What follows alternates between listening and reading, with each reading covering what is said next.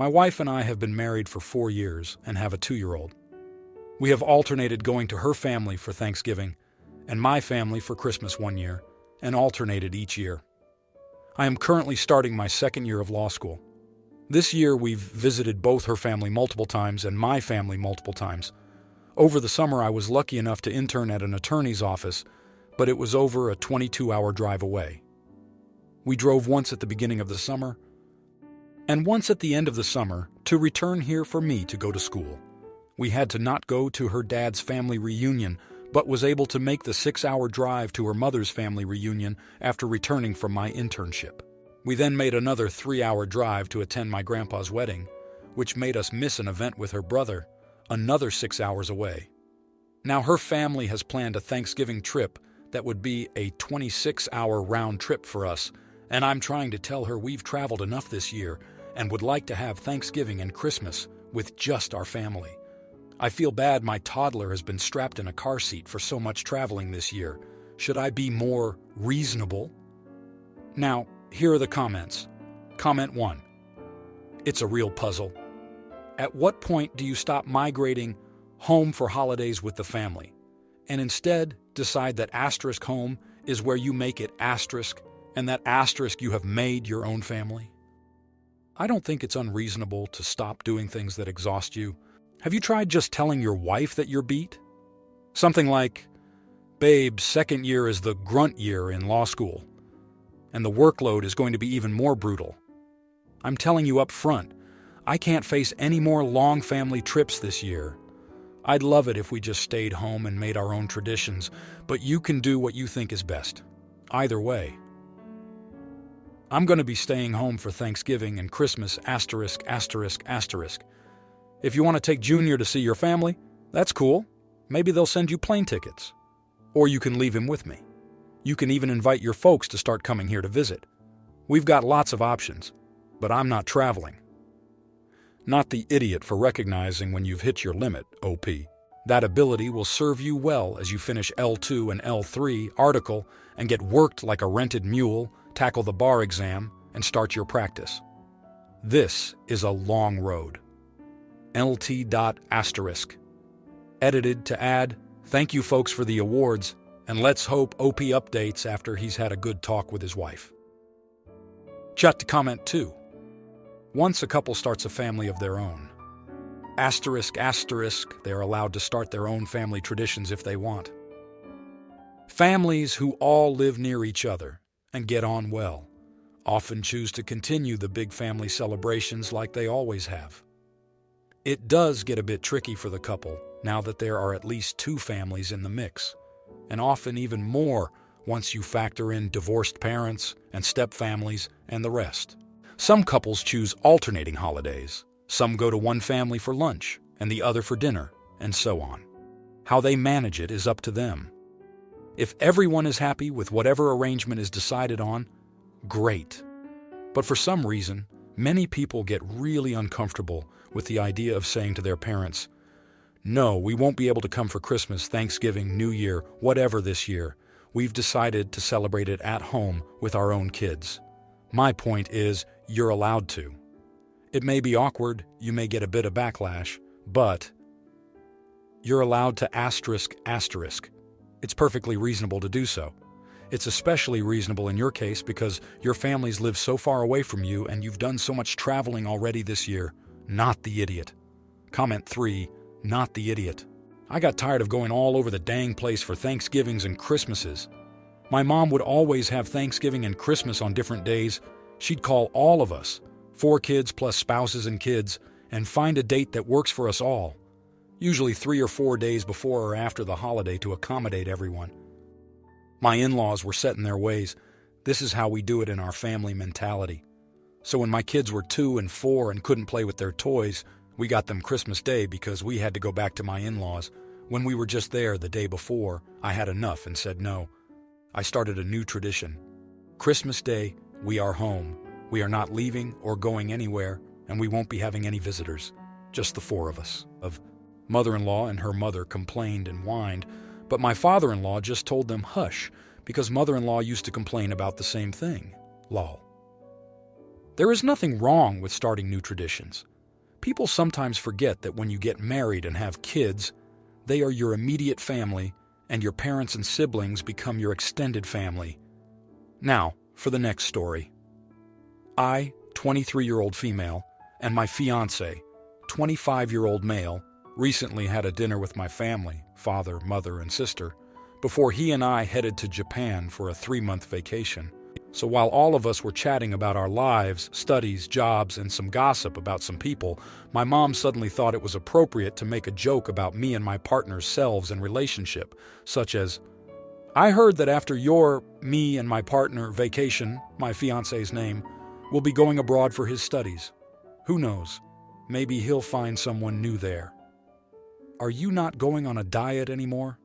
Referring to me, you seem to be gaining more weight."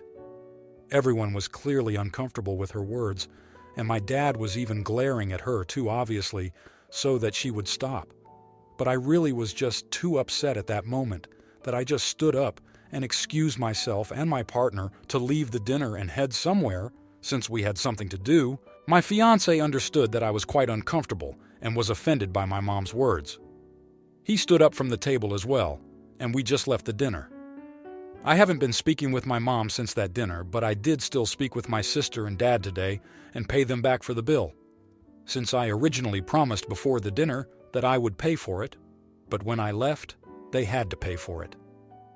To be honest, I really don't think in any way that I am an idiot, but maybe I overreacted a bit, so am I the idiot? Now, here are the comments. Comment 1. Not the idiot. I think that leaving the restaurant was the most mature thing you could do in that circumstance. You didn't make a scene, and the only negative thing was that you left the bill, which you paid back. Did you ever find out what was going on in your mom's brain and why she would pop out with such deliberately cruel comments? Did she think she was being funny? She says, "You spoiled the atmosphere?" Asterisk. Guess what, Mom? You were the one who spoiled the atmosphere with your incredibly rude and hurtful words. And everyone at the table knows it. Asterisk. Comment 2. Not the idiot. Jokes are not funny when they're actually offensive comments. I don't know why your mom felt it necessary to say hateful things, but leaving was appropriate. It made a nice statement about your opinion of her comments without you having to say anything hateful in response. I have a feeling that your dad and sister let her know what they thought of her making those comments. Comment 3. Not the idiot. Those aren't jokes. That's just bullying. Doesn't matter if it comes from a high school footballer or your own mom. Bullying is bullying. Good on you to let her know you won't tolerate that behavior. Hopefully eventually it sinks in that being your mother doesn't make the crappy things she says okay. It actually makes them worse. Now, for the next story. A buddy of mine directed me to an OnlyFans account that he said he discovered that featured a female that looked suspiciously like my wife. When I saw the profile photo and banner, I immediately recognized our bathroom wall in the background. I had recently re-tiled the bathroom with very distinct tiles, and I knew for sure that it was ours. I ended up joining the thing, and the first message I received was my wife filming herself squirting. Of course, I was absolutely horrified at this, because A, I don't agree with this stuff, and B, she totally hid it from me. I decided to confront her about it, and she was mortified. Not by the fact that I caught her, but that I was on OnlyFans. I explained to her that a friend pointed the account out to me, and she wasn't having it. She full-on accused me of being a pervert for having an OnlyFans account. We proceeded to argue about this for the next 4 days, and she decided that she was going to move back to her parents to think about things. She won't even acknowledge that she went behind my back with her account, and instead is now accusing me of being a cheater because I made an account because I recognized her in the profile photo and banner. Am I the idiot here? She said that all trust has now gone and needs to seriously think about whether she wants to be with me anymore. Now, here are the comments. Comment 1. Not the idiot. Your wife is projecting her guilt of being caught onto you and is trying to deflect any blame from herself by labeling you as a cheater. I'm sorry, OP. Your wife was wrong for hiding this from you. While you don't agree with her having an OnlyFans period, that should have been a conversation you two had as a couple, and she robbed you of that opportunity and proceeded to hide it altogether. The fact that she's calling you a pervert, but the first message you receive as a sub is her squirting video, I'm baffled. As negative as it is, I can only wonder what else she may have been hiding from you. If you both decide to stay in the marriage, counseling is a heavy recommendation. But TBH, if it were me, I don't know if I could continue being with someone who not only lies and hides things from me, but also vilifies me because they got caught doing messed up things. Good luck, OP. I recommend getting a good attorney. Comment 2. Not the idiot. I honestly wouldn't put it past your wife to be dabbling with infidelity in other areas of your relationship. If she can hide this, imagine what else she could be hiding. She very guiltily fled to her parents to avoid facing the consequences of her digital infidelity and betrayal. I honestly would take this opportunity to get the heck out of that relationship. Otherwise, you both are going to have to go through some serious counseling to get through this and be able to trust one another again. Comment 3. Not the idiot. Divorce. Secrets like this are unacceptable. If she is willing to do pornographic content behind your back, you can be pretty positive she will do more behind your back. Your wife is for the streets, sorry dude. Time for a new one. She calls you a pervert and is mortified that you have an off. Meanwhile, she has an OF and is selling content? That's the epitome of gaslighting. This woman is a toxic, lying manipulator. Run. Now for the next story. I'm a physician, 33-year-old male, and recently graduated residency. I've been working 60-plus hours per week for 10 years and living on next to nothing that whole time, barely making ends meet. Now I have a job and am buying a house in a different state. My girlfriend of 2 years, 32-year-old female, is currently unemployed and will be moving with me. She is using her severance pay from her last job to help with closing costs, $22,000, but the mortgage, $554,000, is a doctor's loan and is only under my name because we got better interest rates that way. She feels it is important that we are both on the title. I feel uncomfortable with this and keep saying that we can refinance later when she's back on her feet so that she can be on the title and mortgage, but she says this isn't good enough. I offered to do it if we had an ironclad agreement drafted by an attorney, but now it's too close to closing to manage that. We were planning to get married someday, but I'm honestly not sure after the arguments we've had over this. Am I the idiot for refusing to have her on the title if she's not on the mortgage? Now, here are the comments. Comment 1. No idiots here. But I will say that I don't know if you should make her pay for part of the mortgage if she's not on the mortgage. If you aren't married right now and 100% certain you are going to marry her, don't put her on the title and don't allow her to contribute to the mortgage. If you guys do split, things could get very messy very quickly. It's probably best to purchase this house on your own. Pay the mortgage on your own, 100%, to ensure it's indisputably yours. You could draw up an agreement for her contribution to the down payment, but be prepared to pay her back for this in the event you split. If you do marry, you could have her pay you back for half of the overall price of the house, so it's equally yours, and put her name on the mortgage title at that point. Edit. You should also consider what you're asking of her. She's going to be putting $22,000 into a home when she isn't on the deed or mortgage.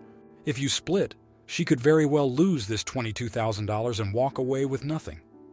You should be open to options that protect her interests too. She isn't an AH for wanting some stake in a home she is paying into. Comment 2. You're the idiot. You are expecting her to pay $22,000 for the closing costs with no legal rights to the house or way to recoup those costs if you two break up. I understand why you do not want her on the title if she is not on the loan. You need to protect your assets. But you are an AH for not giving a damn about protecting her contribution also. You are basically asking her to gift you $22,000 with nothing but a non-binding promise that you will consider refinancing in the future. Even if you get married, this house would be a pre-marital asset. That $22,000 may not be a lot to you, but that is her entire safety net right now, and she would have no recourse or rights if you two broke up. If you are not able to get some type of legal agreement in place prior to the purchase, then you should not be asking her to contribute such a significant amount of money. Comment 3. You're the idiot unless you returned her $22,000. I understand your point in general, but I'm less sympathetic if you're okay with her contributing over $20,000 and expecting her to be fine with not putting her name on the title. She does deserve some protection. I wouldn't trust we could refinance later. Yeah. Or you could just kick her out and she's without any legal protection. If you liked this video, you'll probably like these too. Also, while you're here, please consider subscribing. It's your support that keeps this channel alive and allows me to make better and longer videos. Have a great day!